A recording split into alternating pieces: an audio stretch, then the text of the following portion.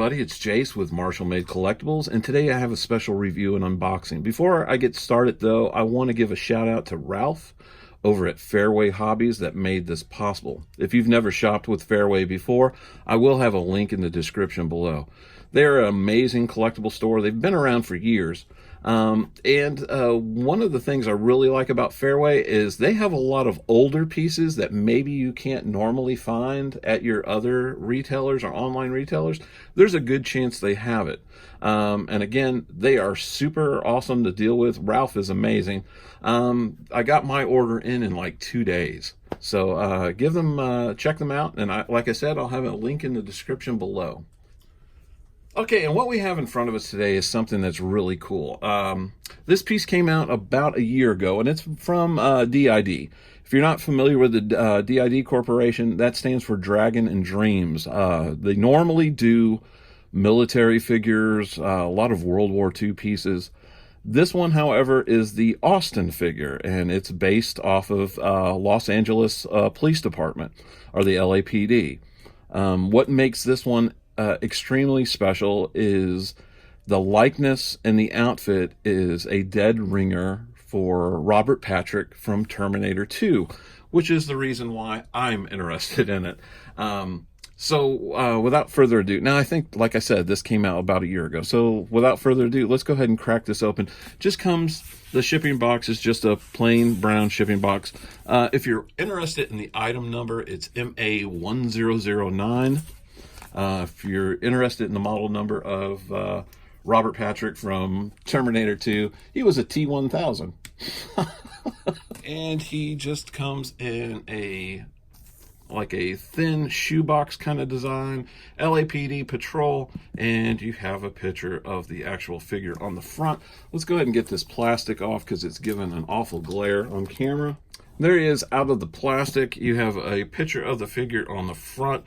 Really nicely detailed uniform. He does have the police hat on and the sunglasses. For my display, we're not going to be using the hat. You got a nice picture of him over here on the side. On the back, we have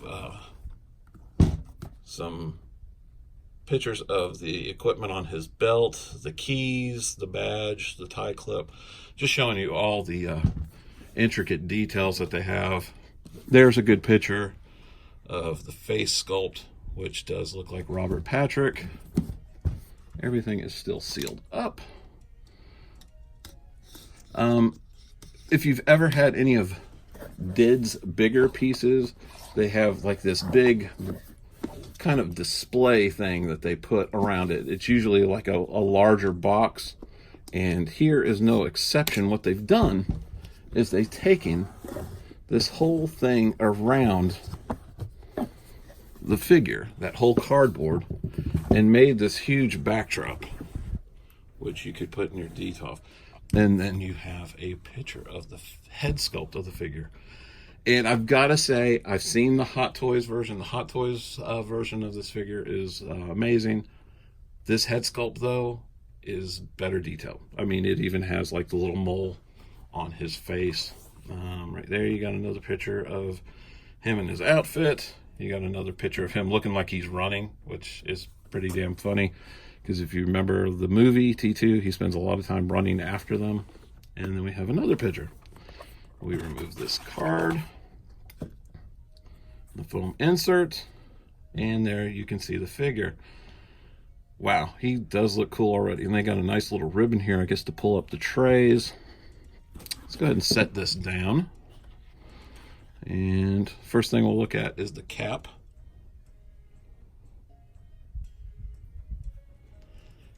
And to me, I like that they did this in fabric, but to me, unless it's hard molded, it's really hard to get fabric to look correct in this scale.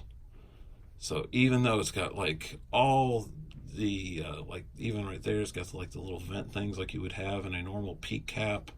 And it's really like that shiny patent leather kind of look like you would have. It never looks completely right at that scale. Let's see. The figure's in a nice, I mean, that's a heavy duty foam insert kind of thing.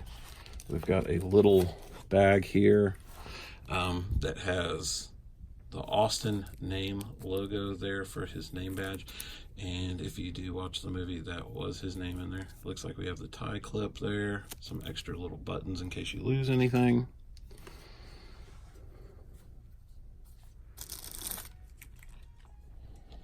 There we go. Hey, that's a nice bike. That is amazing. It is a gorgeous sculpt of him. And the eyes look awesome. That blank kind of stare. Outfit looks amazing. He has bendy hands. Nice detail on the hands. Where's his feet? His feet are in the box. And as much as I like the hands, I am going to use a pair of Hot Toys hooks that I got from Toy Anxiety for I think $7.99. I've had them a while to complete my look that I want. And he can be on my Terminator shelf. Let's see. There's his shoes. His shoes are actually little... Here, we'll turn the light back on now. Shoes are like little patent leather shoes. They actually have real laces. They're actually stitched. Gorgeous detail on those. Now we'll shorten the laces on those. Those are a little too long. Let's see. We'll pull up the ribbon. I love DID stuff. One of my favorite figures I have is their version of Golgo 13. If you look in my history of older videos, you'll find that. Wow, he has got some awesome pieces in here. Let's just go through them. We have our baton. We do have a couple extra hands that are not bendy. One is a trigger hand. And one is a gripping hand. Some nice paint inflection, even detail on the nails. We have two pairs of handcuffs. I'm going to put one down. And they are metal. And they do ratchet open.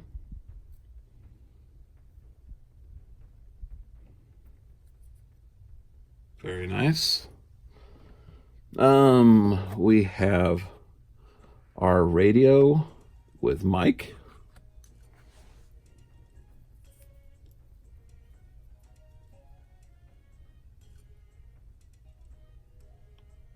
Very nice detail on that.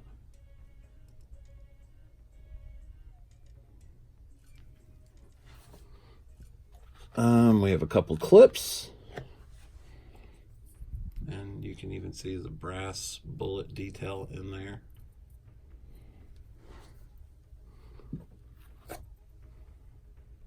His service revolver, well, not revolver, gun. Don't know if that's a Glock or a Beretta.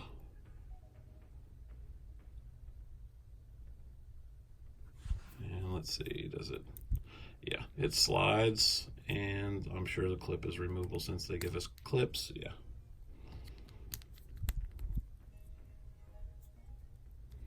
Nicely detailed. I even like the little silver accents they put on it all over the place. We have his flashlights. Looks like a mag light. You got like the little soft touch button there. And if you look really close, if we can get it to focus in there, it even looks like there's a bulb down there under that lens. Beautifully detailed. We got some pepper spray.